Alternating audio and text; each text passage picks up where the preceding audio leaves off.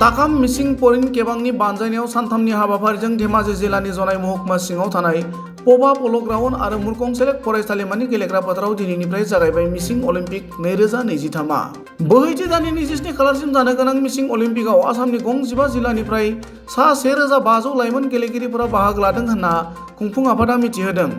गुबैयै हादोरसायारि माहारियारि आरो मुलुगनाङारि थाखोआव मिसिं लाइमोनफोरखौ गेलेमु बिथिङाव जायगा मोनहोनो थांखिजों 16 बोसोर बैसोनिफ्राय 19 बोसोर बैसोनि गेजेराव खुंनाय बे गेलेनाय बादायलायनाय हाबाफारियाव 100 मिटार खारनायनिफ्राय लानानै गुबुन गुबुन आयदानि माखासे गेलेमुफोरजों लोगोसे मिसिं हारिनि दोरोङारि गेलेहोनायबो जायो होनना मिथिहोबावदों। मख'जाथावदि TMPKनि बानजायनायजों मिसिं अलिम्पिक 2023 गेलेनाय बादायलायनायनि बेखेवजेननाय दिनैनि हाबाफारियाव गाहाय आलासि महरै मुलुगनाङारि गेलेगिरि हिमा दासआ बाहागो लायो आरो लोगोसेनो आसाम सरकारनि सोलोंथाइ मन्त्रि डॉ रनज पेगु, मन्त्रि बिमल बरा, MP प्रदान बरुवा, MLA भुवन पेगु, गितार्थ गोस्वामी, मिसिं अट'नमास काउन्सिलनि chief executive councillor Jageswar Kutum, Mising Olympic खुंफुं आफादनि मासिगिरि नरेश कुम्बां, TMPKनि आफादगिरि तिलक दले लोगोसेनो आसाम आरो अरुणाचल हादोरसानि गुबुन गुबुन माहारियारि आफाद गौथुमनि दैदेनगिरिफोराबो बाहागो लायो। TMPKৰ উদ্যোগত আজিৰ পৰা মিচিং অলিম্পিক নামেৰে বিভিন্ন খেলৰ ইয়াতে প্ৰতিযোগিতা অনুষ্ঠিত হৈছে। এই প্ৰতিযোগিতা অনুষ্ঠানত আমি যিখিনি আলহী আছে সেই আলহীক আমি আদৰণি জনাইছোঁ, কাৰণ আমি হ'ল ইয়াতে ৰিচিপশ্যন কমিটি হিচাপে যিখিনি ইয়াতে খেলুৱৈ আছে, বিভিন্ন ধৰণৰ অসম চৰকাৰৰ মাননীয় মন্ত্ৰী ৰনজ পেগু আছে, বিমল বৰা আছে, গতিকে আমাৰ হিমা দাস আছে আজি। গতিকে খুব আমাৰ কাৰণে খুব ভাল খবৰ, কাৰণ TMPK পোনপ্ৰথমতে মিচিং অলিম্পিক নামেৰে এটা খেল প্ৰতিযোগিতা অনুষ্ঠিত কৰিছে। আৰু মই জনামতে ইয়াৰ আগতে প্ৰত্যেক জিলা, প্ৰত্যেক আঞ্চলিক, প্ৰত্যেক দৌলুঙত এই খেল আগতে প্ৰথমতে তালিকা প্ৰস্তুতৰ কাৰণে বাছনি প্ৰক্ৰিয়াৰ কাৰণে এটা প্ৰতিযোগিতা হৈছিল। তাৰ পিছত ইয়াত কেন্দ্ৰীয়ভাৱে আজি মিচিং অলিম্পিক আজি 3 দিনীয়াকৈ ইয়াতে অনুষ্ঠিত হ'ব। গতিকে আমি যিখিনি আলহীক আপ্যায়ন দিব লাগে, বিভিন্ন মিচিঙৰ পৰম্পৰা খাদ্যৰে, অসমৰ থলুৱা খাদ্যৰে আমি আলহীসকলক আপ্যায়ন কৰিছোঁ।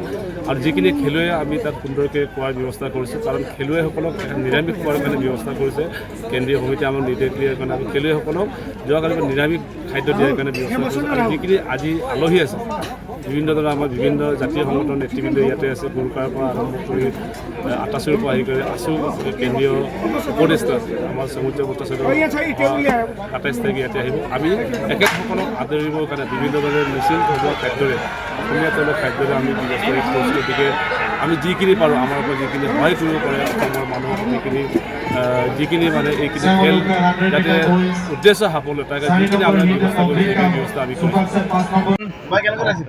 বহুত ভাল লাগিছে জোনাইলৈ আহিলে, জোনাইবাসী সকলোকে লগ পায়, বিশেষকৈ খেলুৱৈসকলক লগ পায়। আৰু এইকাৰণে মই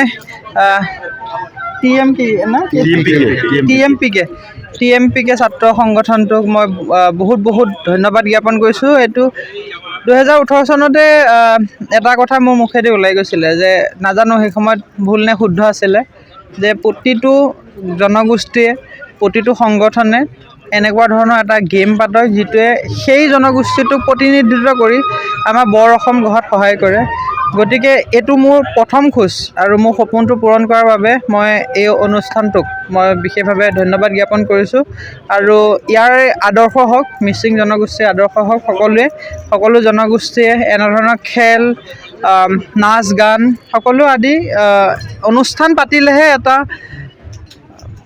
অনুষ্ঠানটো আগবাঢ়ি যায়, সেই জনগোষ্ঠী আগবাঢ়ি যায় বা জনগোষ্ঠী একত্ৰিত হৈ বৰ অসমখন আগবাঢ়ি যায়। গতিকে সেইটো মই আশা কৰিম।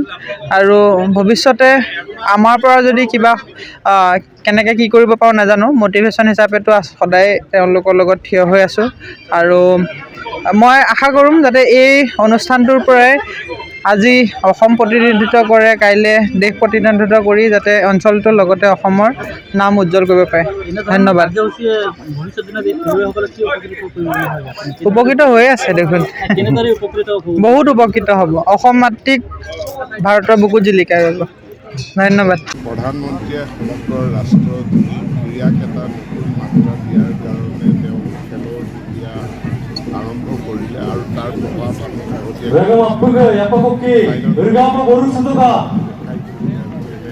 আমিও মেডেল পাওঁ। আৰু তাত অনুপ্ৰেৰণা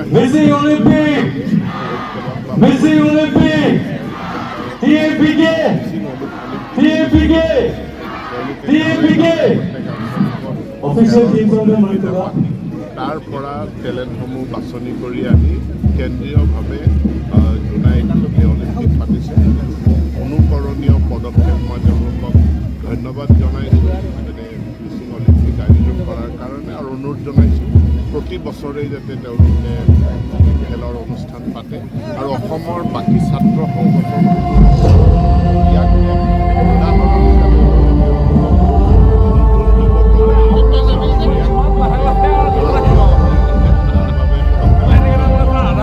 আজি আমাৰ 1500+ ডেলিগেশ্যন আহিছে।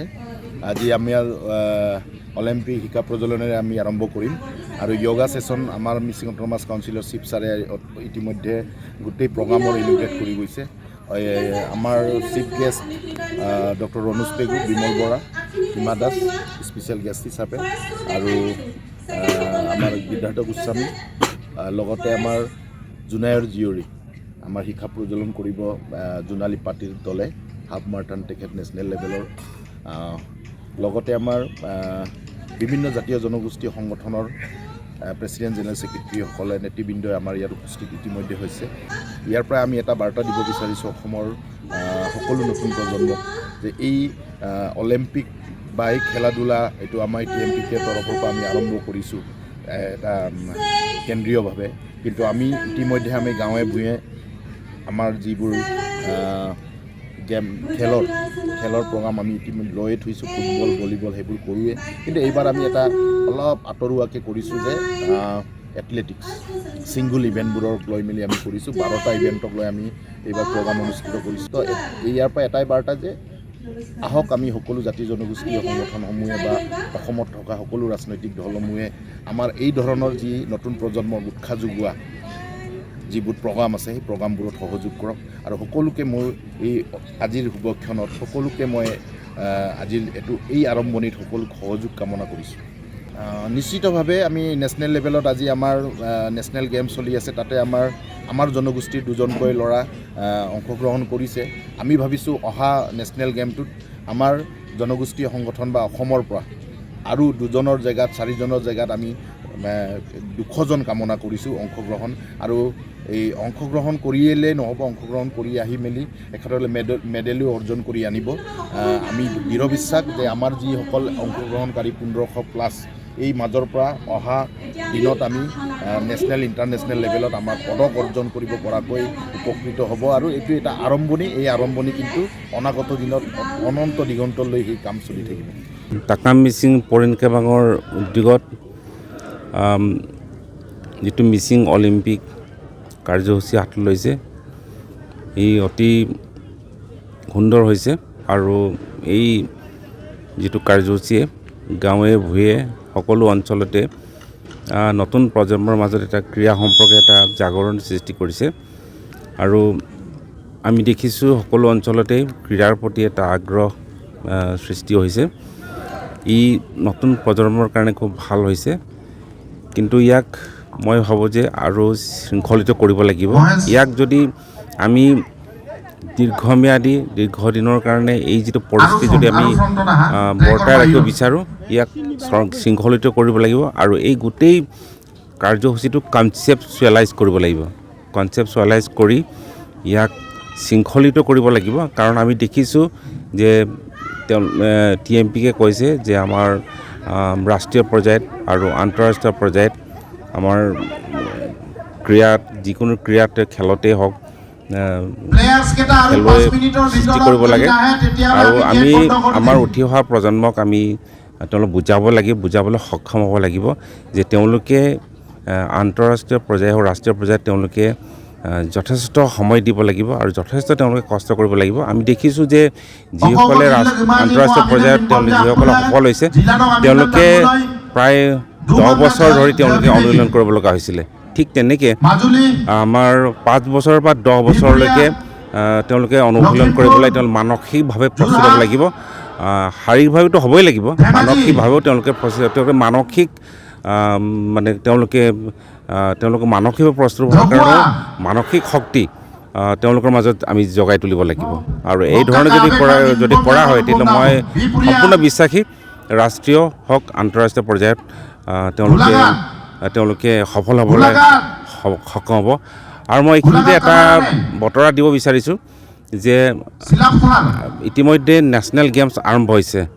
তো নেশ্যনেল গেমছত পেঞ্চাক চিলাট বুলি এটা সমৰ কলা এইবাৰ প্ৰথমবাৰৰ কাৰণে অন্তৰ্ভুক্ত হৈছে। আৰু এই পেঞ্চাক চিলাকত ইতিমধ্যে 2জন মিচিং মানে ক্ৰীড়া খেলুৱৈ তাত অন্তৰ্ভুক্ত হৈছে অসমৰ দলত। আৰু তেওঁলোকে মই সম্পূৰ্ণ বিশ্বাসী যে তেওঁলোকে এইবাৰ গ'ল আজৰি আনিবলৈ সফল মানে তেওঁলোকে সফল হ'ব। আৰু এজন হৈছে অসম দলত তিলক কুটুম আৰু এজন হৈছে টিপু পাৰ্টিৰ মেঘালয় দলৰ সৈতে তেওঁলোকে অংশগ্ৰহণ কৰিছে। আৰু এতিয়া তিলক কুটুম তেখেতে প্ৰায় 13 চনৰ পৰাই এই মানে খেলটোৰ লগত জড়িত আছে। 13 চনৰ পৰা মানে 10 বছৰ ধৰি ষ্টেট ৰাজ্যিক যিটো প্ৰতিযোগিতা, তাৰপিছত নৰ্থ ইষ্ট যিটো প্ৰতিযোগিতা আৰু নেশ্যনেল যিটো প্ৰতিযোগিতা 10 বছৰ ধৰি অংশগ্ৰহণ কৰি আহিছে। 10 বছৰৰ মূৰত নেশ্যনেল গেমছত অন্তৰ্ভুক্ত হ'বলৈ সক্ষম হৈছে। গতিকে এই ধৰণে আমি বছৰ পাছত বছৰ আৰু যিসকলে মেডেল লৈছে আন্তঃৰাষ্ট্ৰীয় পৰ্যায়ত অলিম্পিকেই হওক বা এছিয়াডে হওক তেওঁলোকে যথেষ্ট কষ্ট কৰিব লগা হৈছে। গতিকে আমাৰ খেলুৱৈসকলকো আমি তেনেধৰণে কষ্ট কৰিবলৈ মানসিকভাৱে প্ৰস্তুত কৰিব লাগিব। ধন্যবাদ।